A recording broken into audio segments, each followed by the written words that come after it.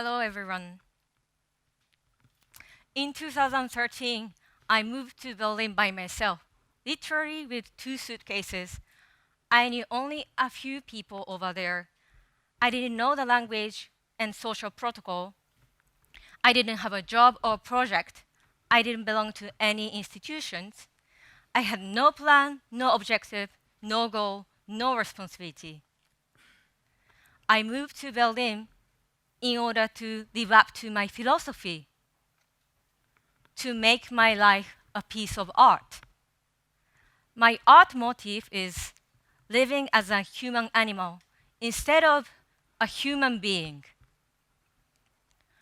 I want to exist just as one life instead of being a socially meaningful person. I want to feel and fulfill my life at maximum until I die. When I look at the other animals and creatures, I feel that they do much better than we humans. They follow simply their bodily senses, instinct, and their environment. I would like to be a human animal. To be a human animal, I extensively concentrate on my bodily experience. My bones, joints, ligaments, muscular tissues, blood vessels, liquid circulation, body temperature, hormones, and energy. These are important sources for me to understand what's going on within and outside. And the relationship between the consciousness and the body influence how we move, how we feel, what we eat, and so on. One word that I say, one behavior that I take are like a stroke of colorful brushes that are just about to drawing a perfect curve on a blank sheet of paper. So, how does my life in Berlin look like? It is quite simple. I wake up as my body wakes up without an alarm, and then I spend quite a lot of time to adjust my body, sit and meditate. Then I go to a bakery, buy fresh bread and eat breakfast, and then I get started with my agenda of the day. When the sun shines, despite thick clouds, I stop doing what I was doing, get out of my room, and enjoy soaking up in the sun. When it rains very hard, I rearrange my plants, stay at home, stay dry and warm, and wait for the rain to go by. I follow my body experiences as well as the external environment that influence who I am and how I behave.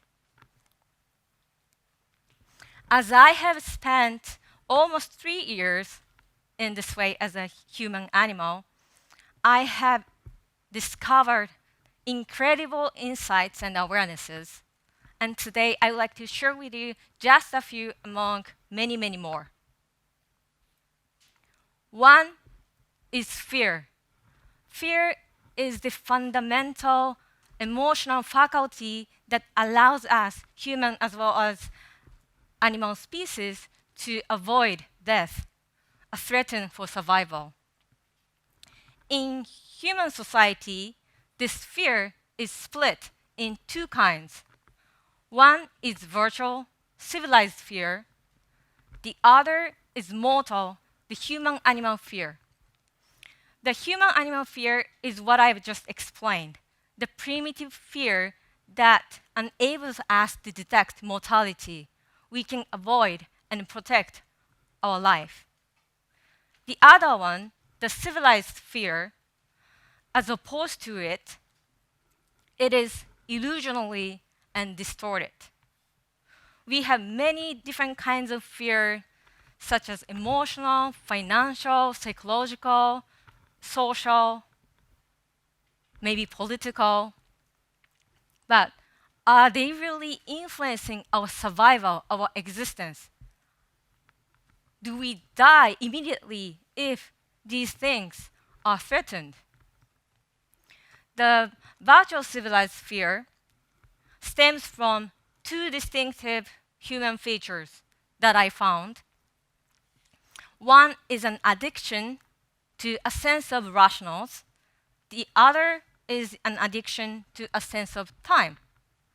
So we humans are so obsessed with purposes, meanings, values, and social good that we feel afraid that if we don't have these values and meanings, if we are not proven by ourselves as well as the others that what we are doing is meaningful or accepted or accredited, we feel at a loss. But I would like to ask, are they really necessary? How much important and fatal for our survival existence? The addiction to a sense is similar. We are preoccupied with future plans, goals and objectives and visions. And if we see someone who doesn't have a clear vision, you may judge within yourself in a certain way, oh, this person. But even though we don't have values or purposes or visions or plan in one year, what would happen? We can survive and then we can fulfill our existence. So I train myself to become able to distinguish these two, the civilized fear and human animal fear. And as the level of civilized fear decreases, in fact, I feel more secured and I can trust even more within my existence, no matter what I do, and regardless of the purposes and meanings. I don't have to prove myself or justify myself. So security and trust is, to me, guaranteed by the human animal fear, that our primitive instinctive fear. This groundedness has changed me in decision-making process, how I make a decision in everyday life. So instead of laying out so many options, chances, opportunities, my life is automatically filled up and defined as things come up in front of me. So I don't have to choose or make a decision amongst multiple choices, but just take it naturally, what's in front of me. I feel that my body experience, as well as I listen to the information from the environment and nature and other external phenomena, these things automatically coincide together just here, and I can just take it. I am always called upon for what I do next. This way, I found myself so much satisfied with who I am, what I have done, and where I have reached. And finally, I felt that my identity as Naho Iguchi, the name that I was given since my birth, is completed.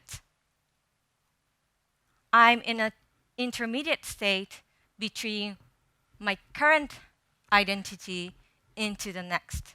And I don't know yet what's coming. And this quiet, empty place allows me to feel this phrase, I am a cat, as yet I have no name. This is a famous quote by a Japanese famous literature, Soseki Natsume, and I am a cat is the title of his book. So this cat has no name until his death because his owner didn't give the cat a name. And I'm comfortable with having no name, and they even feel like uplifting.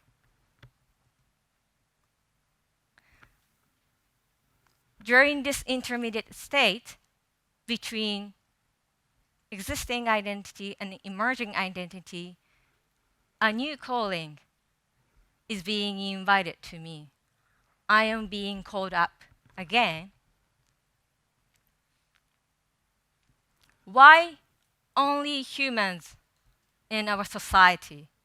Look around your neighbors now in the hall who listen to my talk right now. It's only humans.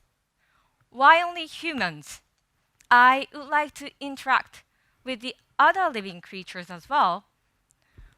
Let's think about the wilderness and lions and elephants and cheetahs and hyenas, prairie dogs. They share their territories cross over to each other, and then they coexist for their survival, and then they witness one another's life and death. But we have secluded, we have built this human society empire. Although I fully appreciate being a human, enjoying my urban life as well, but still, as more and more I become a human animal, I feel like just weird, just strange. Why do I communicate with only human every day? I would like to meet with other guys. So my art of living continues, and this year I would like to immerse myself more and more to communicate with other living creatures in addition to human beings. As a closing, I would like to pose one question to you. So I live up to my philosophy, which is to make my life a piece of art. What philosophy would you like to live up to? Thank you.